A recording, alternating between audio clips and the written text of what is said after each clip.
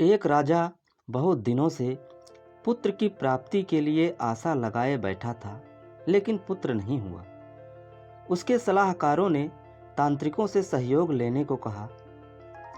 सुझाव मिला कि किसी बच्चे की बलि दे दी जाए तो पुत्र प्राप्ति हो जाएगी। राजा ने राज्य में ढिंढोरा पिटवाया कि जो अपना बच्चा देगा उसे बहुत सारा धन दिया जाएगा। एक परिवार में कई बच्चे थे, गरीबी भी थी।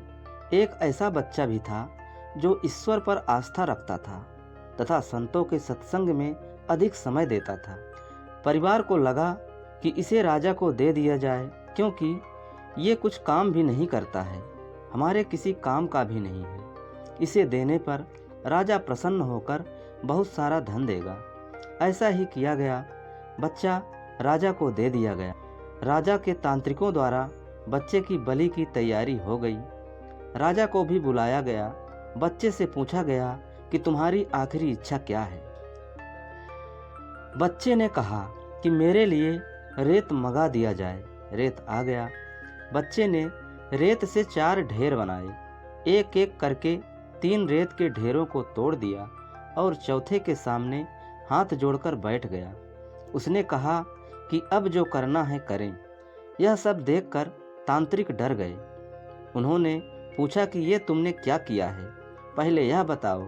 राजा ने भी पूछा तो बच्चे ने कहा कि पहली ढेरी मेरी माता पिता की है, मेरी रक्षा करना उनका कर्तव्य था, परंतु उन्होंने पैसे के लिए मुझे बेच दिया, इसलिए मैंने ये ढेरी तोड़ दी।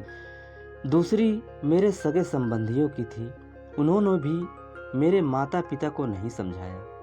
तीसरी है राजा, क्योंकि राज्य की प्रजा की रक्षा करना राजा का ही धर्म होता है, परंतु राजा ही मेरी बलि देना चाह रहा है, तो ये ढोरी भी मैंने तोड़ दी। अब सिर्फ अपने सद्गुरु और ईश्वर पर ही मुझे भरोसा है, इसलिए यह एक ढोरी मैंने छोड़ दी है।